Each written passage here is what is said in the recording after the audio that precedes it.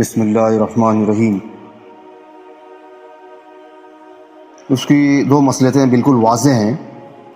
پہلی مصلحت یہ ہے کہ اس سے مسلم خاندانوں میں غیر اسلامی فکروں اور اجنبی ثقافت کے گھس آنے کا اندیشہ ہے۔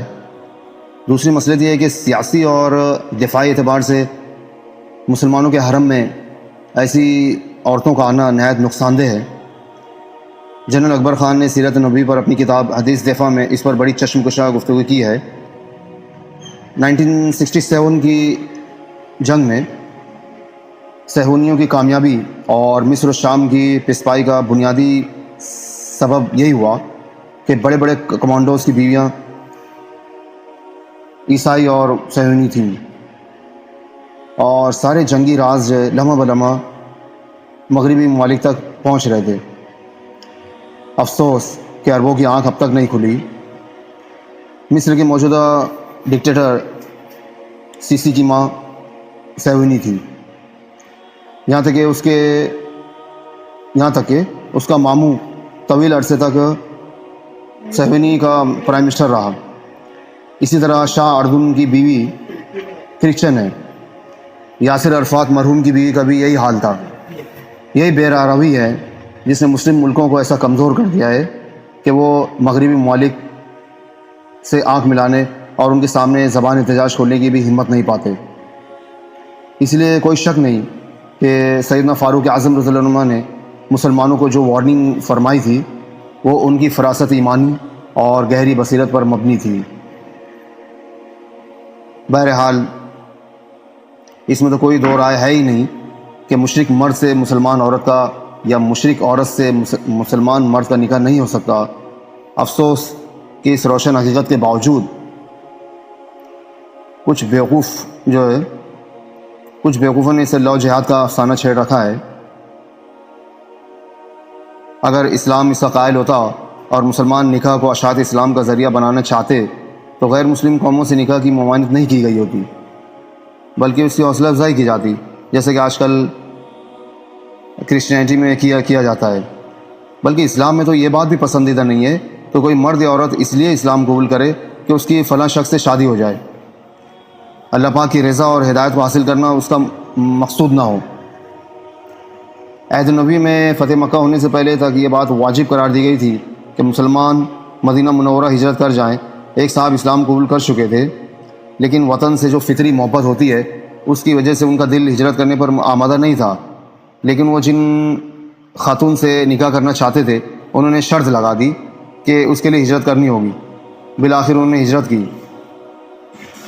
ہمارے آقا صلی اللہ علیہ وسلم کو یہ بات پسند نہیں آئی، چنانچہ آقا نے ارشاد فرمایا کہ عمل کی قبولیت اور اس پر اجر و ثواب کا مدار نیتوں پر ہے۔ بخاری شریف کی حدیث ہے، انما الاعمال بالنیات۔ جس کی نیت اللہ اور اس کے رسول کی خوشنودی حاصل کرنا ہوگی اس کی ہجرت اللہ اور اس کے رسول کی طرف سمجھی جائے گی، یعنی اللہ پاک اس کو اجر عطا فرمائیں گے۔ اور جس کی ہجرت نکاح یا کسی دنیاوی غرض کے لیے ہوگی اس کی ہجرت قابل اجر و ثواب نہیں ہے۔ تو اگر کوئی شخص دل کی آمادگی کے ساتھ اسلام قبول نہ کرے، صرف اس لیے مسلمان ہو جائے کہ فلاں لڑکے یا فلاں لڑکی سے میری شادی ہو جائے، تو اندیشہ ہے کہ اس کو کماقو اجر و ثواب نہ ملے، اور اگر اسی کیفیت پر قائم رہے تو یہ ایک طرح کا نفاق ہوگا، اور عجب نہیں کہ آخرت میں اس کا ظاہری ایمان اس کے منہ پر مار دیا جائے۔ ملک میں مسلمانوں نے ہمیشہ حلال و حرام کی سرحدوں کو باقی رکھا ہے، اور معتبر اور دیندار مسلمانوں نے کبھی غیر مسلم لڑکیوں کو بحیثیت بیوی اپنانے کی کوشش نہیں کی۔ بعض لوگ اکبر کی جودھا بائی سے شادی کا ذکر کرتے ہیں، لیکن یہ شادی راجپوتوں کی رضامندی بلکہ رغبت کی بنیاد پر ہوئی تھی، اور اکبر کوئی عالم یا دیندار مسلمان نہیں تھا کہ اس کے عمل کو مسلمانوں کے سر تھوپا جائے۔ حقیقت یہ ہے کہ اگر کوئی لڑکا یا لڑکی اپنے ضمیر کی آواز پر کسی مذہب کو قبول کر لے اور اپنے ہم مذہب سے نکاح کرنا چاہے تو ہمارے ملک کا قانون اس کی اجازت دیتا ہے، اور اس کو تبدیلی مذہب کے لیے شادی نہیں کہا جا سکتا۔ اور اگر موجودہ مخلوط ماحول میں کوئی اپنی پسند کی بنا پر دوسرے مذہب کی لڑکی یا لڑکے سے رشتہ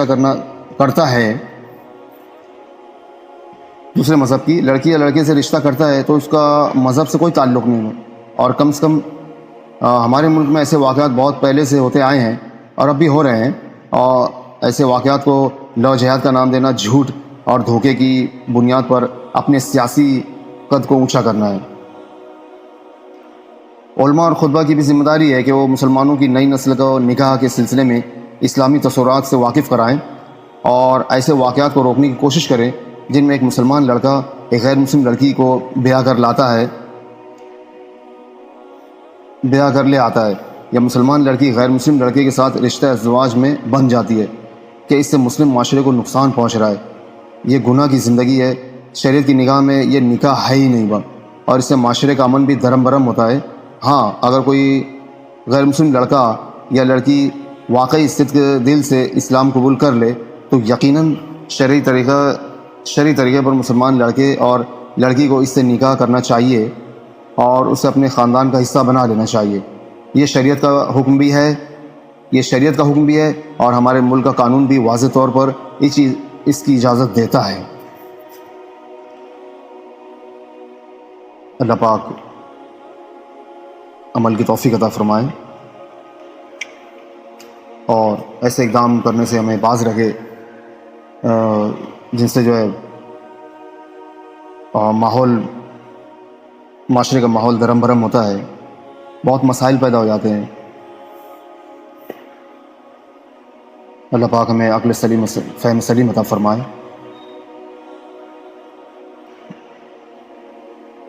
آمین یا رب العالمین۔ اگر آپ کو ویڈیو پسند آئی اسے لائک کیجیے، چینل کو سبسکرائب کیجیے اور اسے اپنے فرینڈز میں شیئر کیجیے تاکہ اویئرنیس بڑھے۔ وآخر دعوانا الحمد للہ رب العالمین۔